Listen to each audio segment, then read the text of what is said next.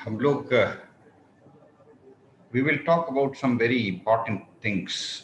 हम लोग कुछ बहुत इंपॉर्टेंट मैटर्स पे बातचीत करेंगे।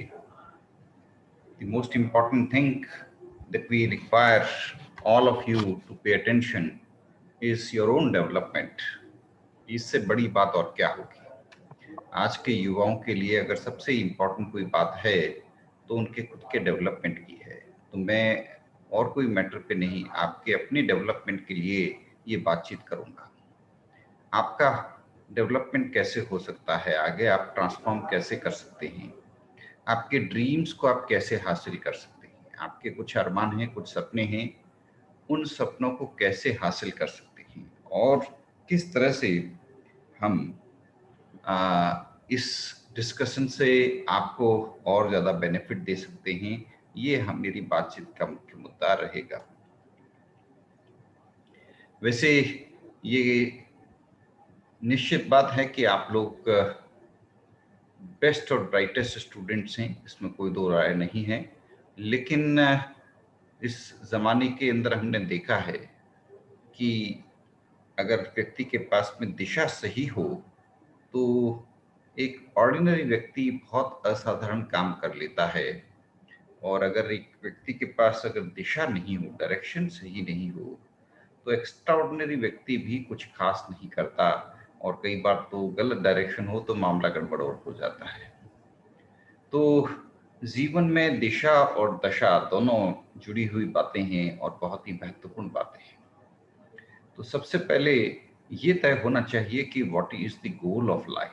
जीवन का गोल क्या है, किस तरह से उस गोल को हासिल करना है, किस तरह से उस सेक्टर में आगे बढ़ना है, क्या बाधाएं आ रही हैं, किन हर्डल्स को क्रॉस करना है, किस तरह से प्रोग्रेस करना है।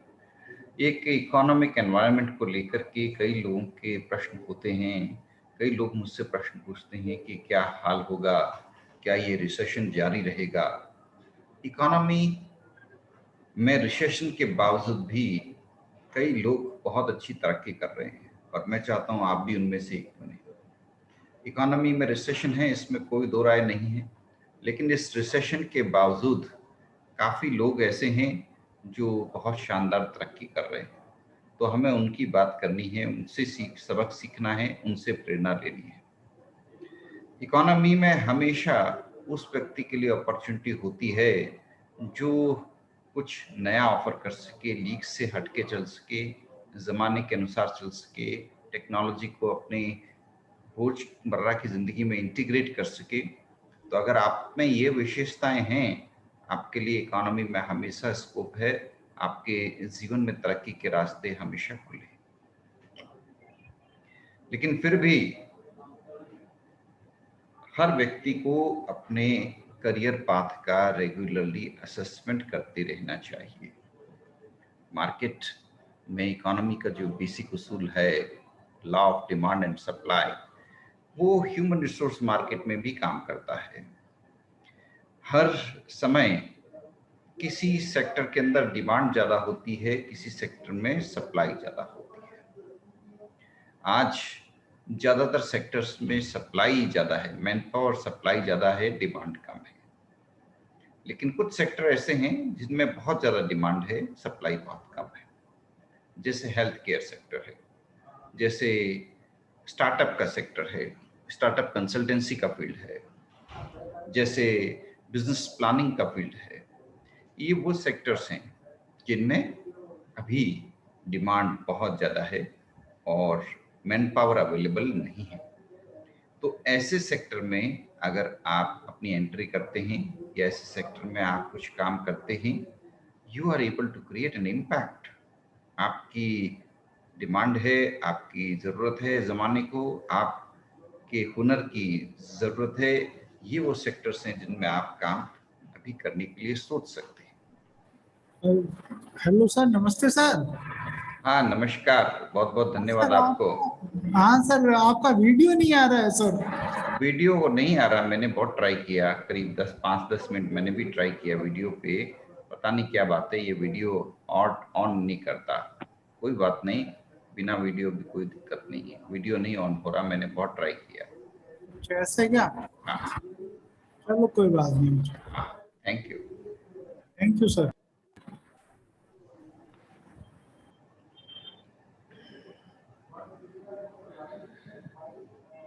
लाइफ क्या है? Life is a journey of achieving some dreams. उन ड्रीम्स के अनुसार ही आप आगे बढ़ते हो और उसी के अनुसार आपके अंदर ट्रांसफॉर्मेशन आता रहता है, आप में भी बदलाव आता रहता है। आप में बदलाव उस दिशा में आता है जिस दिशा में आप जाने की कोशिश कर रहे हैं। एक बहुत शानदार थ्योरी है, I am okay you are okay. I am okay you are okay एक मोटिवेशनल थ्योरी है, एक बुक भी है, बेस्ट सेलिंग बुक थी। 1967 में ये बुक लिखी गई थी थॉमस एंथोनी हैरिस के द्वारा। I am okay you are okay ये एक क्वाड्रेंट के रूप में दिखाते हैं। क्वाड्रेंट यानी 4 क्वार्टर, 4 अलग अलग क्वार्टर में होता है, जिसमें एक क्वार्टर वो है जिसमें I am okay you are okay है, एक क्वार्टर वो है जिसमें I am not okay you are okay, एक क्वार्टर वो है जिसमें I am okay you are not okay, और एक वो है जिसमें I am not okay you are not okay. तो ऑब्वियसली सबसे अच्छा और आइडियल क्वार्टर क्या है? I am okay you are okay.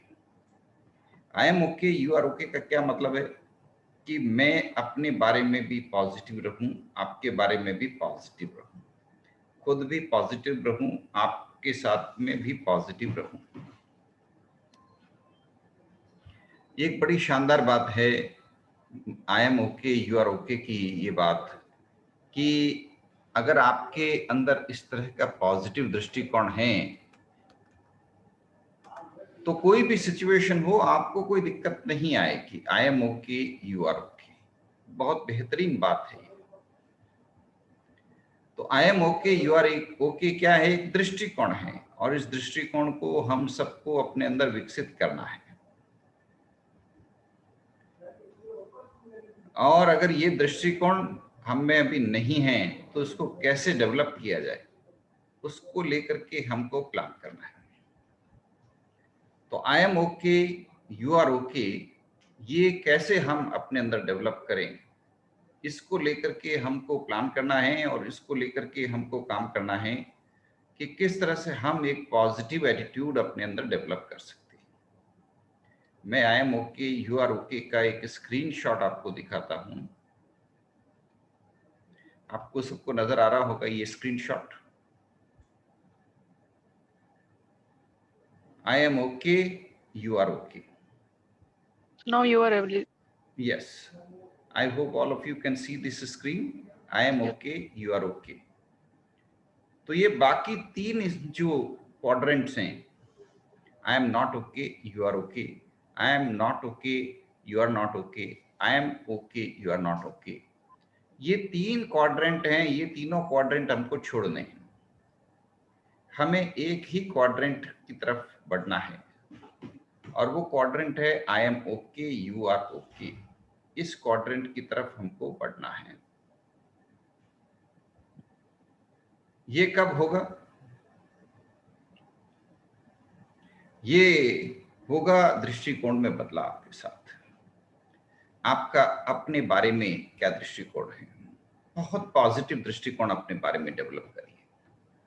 और जमाने के बारे में आपका क्या दृष्टिकोण है, दूसरों के बारे में आपका क्या दृष्टिकोण है, उनके बारे में भी बहुत पॉजिटिव दृष्टिकोण डेवलप करिए। जीवन और कुछ नहीं है, इसी दृष्टिकोण का नाम है। दृष्टिकोण जैसा होगा वैसा ही आपका जीवन होगा, वैसे ही आप बनेंगे, और वैसे ही आप में बदलाव आएंगे।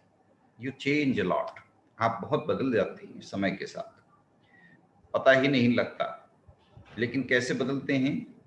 ये आसपास की आबो हवा, यहाँ आबो हवा से मतलब है आपका एटीट्यूड, आपका दृष्टिकोण, आपकी सीखने की इच्छा, आपकी सीखने की ललक, वो तय करती है कि आप क्या होने वाले हो। यानी अगर अपने पॉजिटिव, अपने माइंड में अगर हम I am okay you are okay के विचार डेवलप कर लेते हैं तो क्या होगा? तो हमारे अंदर जो बदलाव आ रहे हैं, हमारे माइंड में जो बदलाव आ रहे हैं, वो बहुत शानदार होंगे। और हमको लॉन्ग टर्म में उस तरफ ले जाएंगे जिस तरफ हम जाना चाहते हैं। हमारा भविष्य इस बात पर निर्भर करता है कि हम अपने बारे में क्या सोच रहे हैं, जमाने के बारे में क्या सोच रहे हैं। राइट? हम अपने बारे में पॉजिटिव हैं, जमाने के बारे में पॉजिटिव हैं, हमारी तरक्की निश्चित है, बेहतरीन भविष्य पक्का है ना? तो इसके लिए सेल्फ अवेयरनेस और awareness about the world, awareness about the ecosystem with positive perspective, ये बहुत जरूरी है। कई लोगों के पास में सेल्फ अवेयरनेस नहीं है, कई लोगों के पास में एनवायरमेंटल अवेयरनेस नहीं है। ब्लाइंड स्पॉट से, ब्लाइंड स्पॉट मतलब ब्लाइंड स्पॉट यानी जानकारी आपको भी नहीं है, दूसरों को भी नहीं है। इसको हम बोलते हैं जोहारी विंडो। जोहारी विंडो ये क्या हुआ? जोहारी विंडो एक कॉन्सेप्ट है जिस कॉन्सेप्ट में ये बोलते हैं कि अगर आपको ये नहीं मालूम कि आप क्या हैं, या आपको ये नहीं मालूम कि एनवायरनमेंट कहाँ है, किस तरफ जा रहा है, तो दोनों ही मामले गड़बड़ है। आपको बदलना पड़ेगा अपने आप को और एक ओपन पर्सपेक्टिव को अडॉप्ट करना पड़ेगा। कैसे? अभी मैं आपको एक बार फिर जोहरी विंडो दिखाता हूं स्क्रीन पर।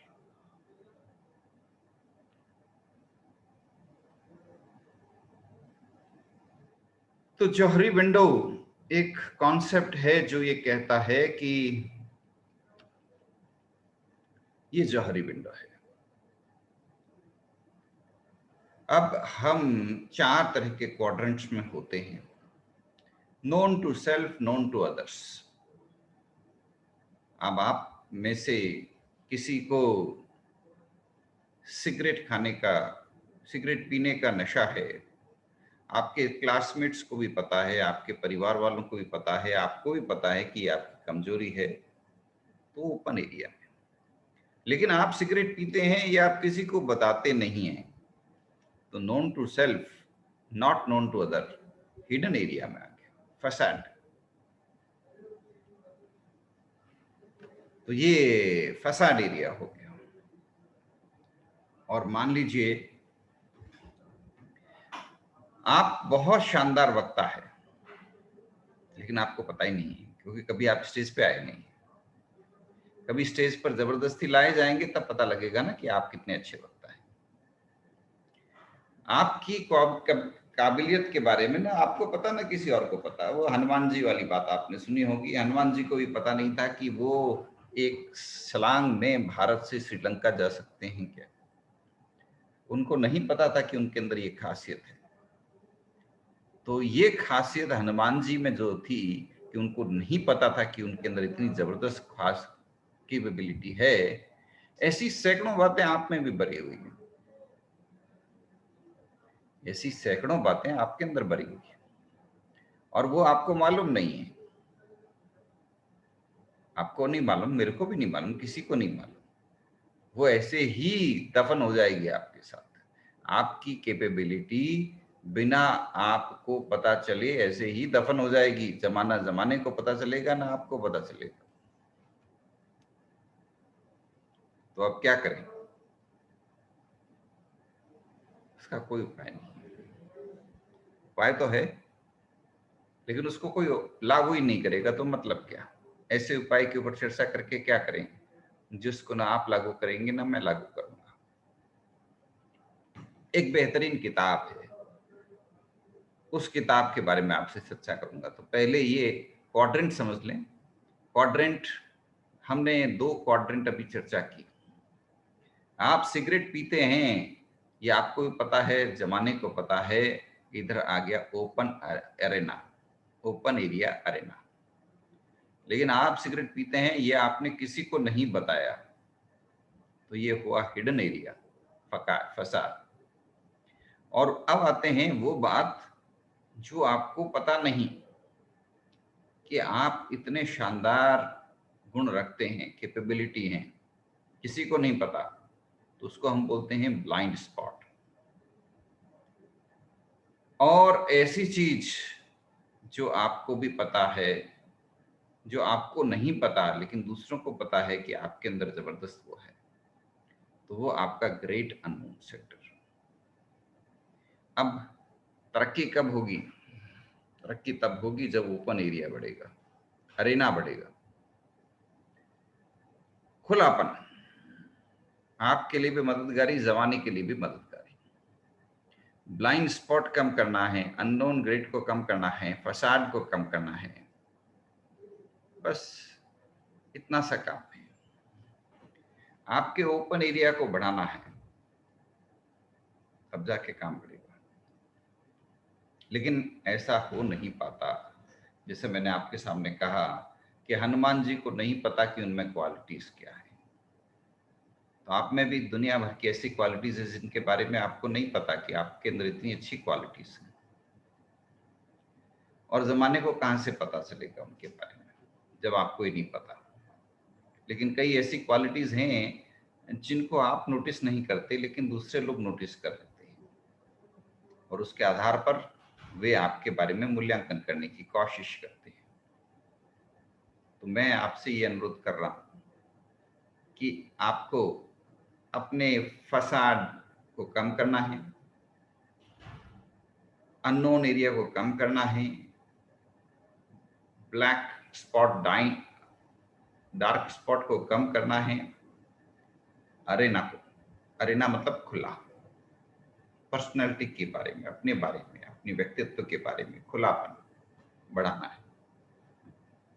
तो ये वो तरीका है जिससे आपके बारे में जमाने को भी ज्यादा जानकारी मिलेगी, आपको भी ज्यादा जानकारी मिलेगी। Everybody will know about you, everybody will appreciate you. तो वो कैसे लाएंगे? वो आपको हेल्प करेगा। जीवन में करियर जो होता है वो बिल्कुल स्ट्रेट लाइन की तरह नहीं होता, वो जिग जैग यूं ही बढ़ता है करियर। कुछ समय ऐसे, फिर कुछ समय से, फिर ऊपर फिर नीचे, फिर ऊपर फिर नीचे। इस तरह सीधा स्ट्रेट करियर नहीं होता है, जिग जैग। और आपका डेवलपमेंट, आपका फ्यूचर इस बात पर डिपेंड करता है कि किस तरह से आप आई हुई अपॉर्चुनिटीज को एक्सट्रैक्ट करते हो और उसके द्वारा अपने अंदर ट्रांसफॉर्मेशन लाते हैं। तो आप में बदलाव रेगुलर आता है दोस्तों। हम सभी changing human beings, we all are changing human beings. Change in behaviour is fundamental. हम सब में जीवन में चेंजेस आएंगे, आते रहेंगे, राइट?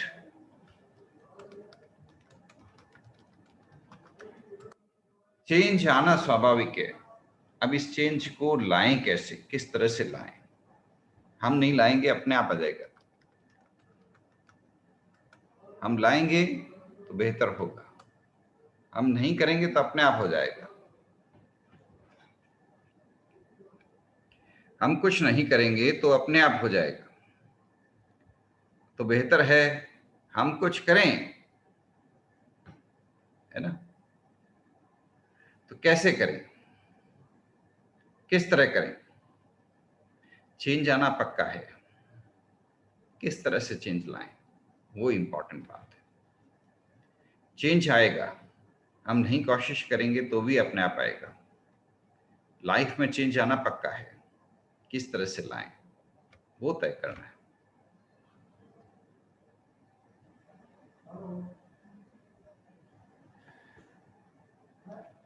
एक ग्राफ आपके साथ में शेयर करता हूं।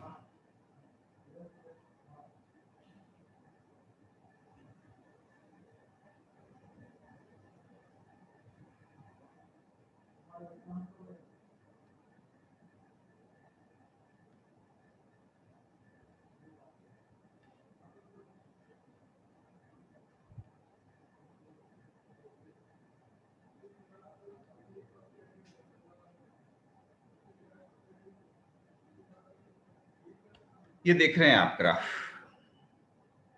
हमारी कॉर्पोरेट जर्नी इस तरह गुजरती है।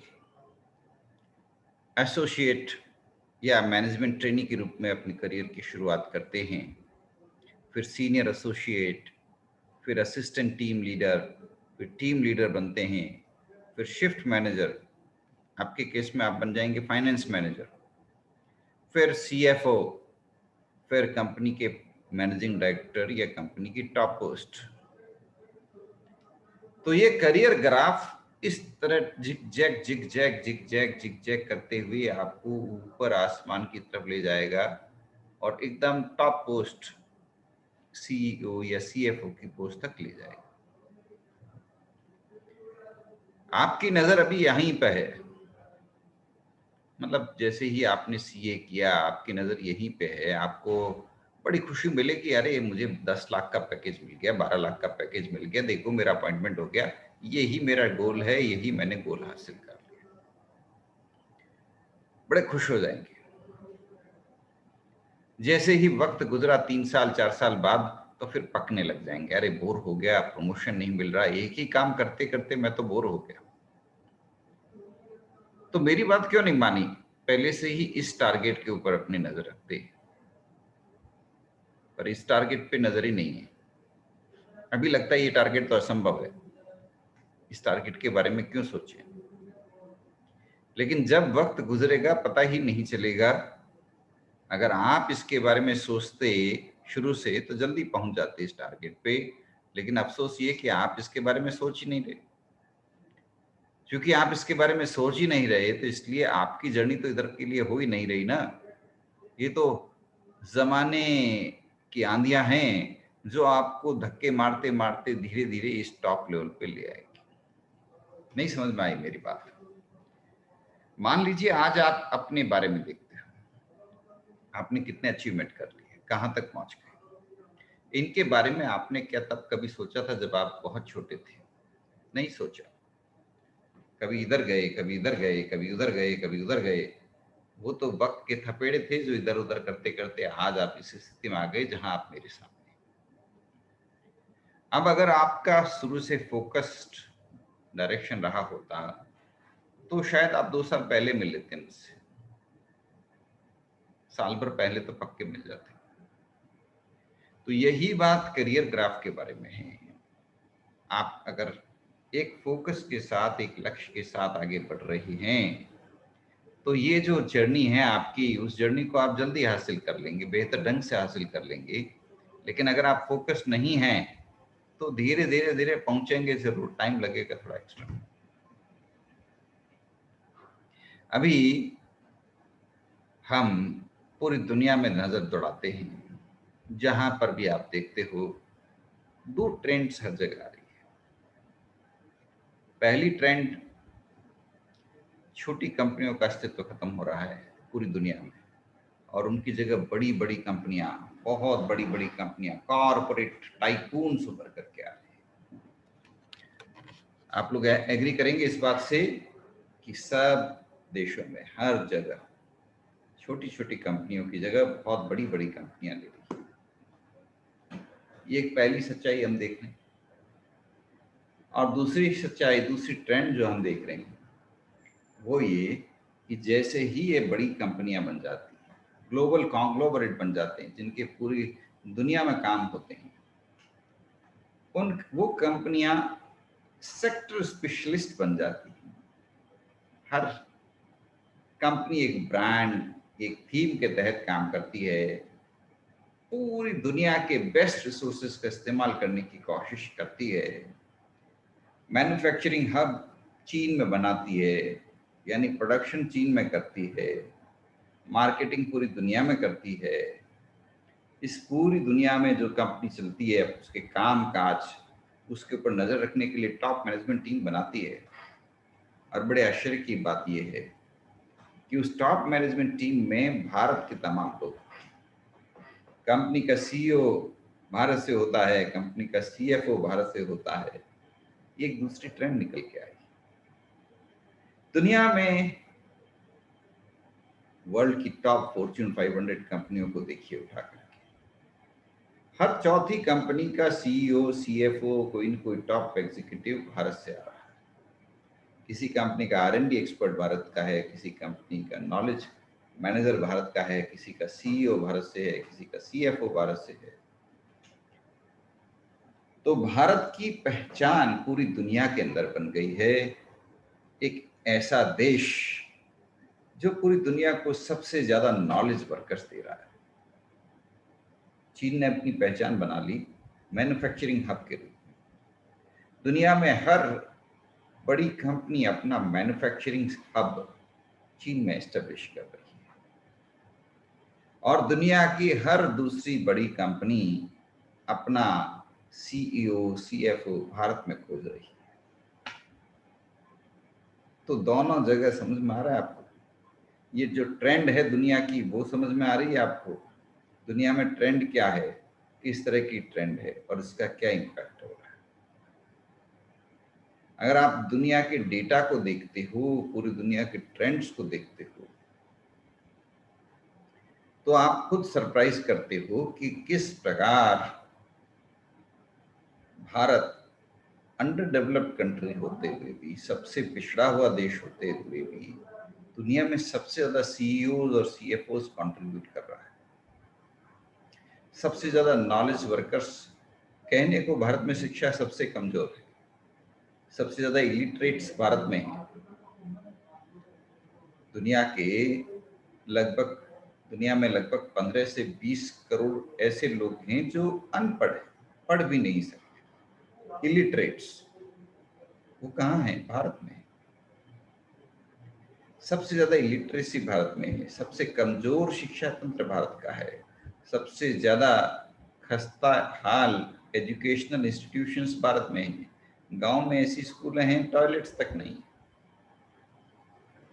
कक्षाएं नहीं है, पेड़ों के नीचे बैठ करके बच्चे पढ़ रहे हैं। इस इंफ्रास्ट्रक्चर से निकल करके आज आपके सामने दुनिया के सबसे ज्यादा सीईओज आ रहे हैं, सबसे ज्यादा सीएफओज आ रहे हैं। मेरा प्रश्न है कि ऐसा क्यों हो रहा है?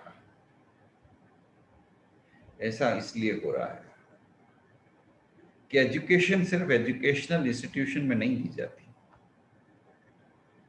एजुकेशन सिर्फ एजुकेशनल इंस्टीट्यूशन में नहीं दी जाती। एजुकेशन मल्टीपल इकोसिस्टम से आती है। आपको आवाज आ रही है मेरी?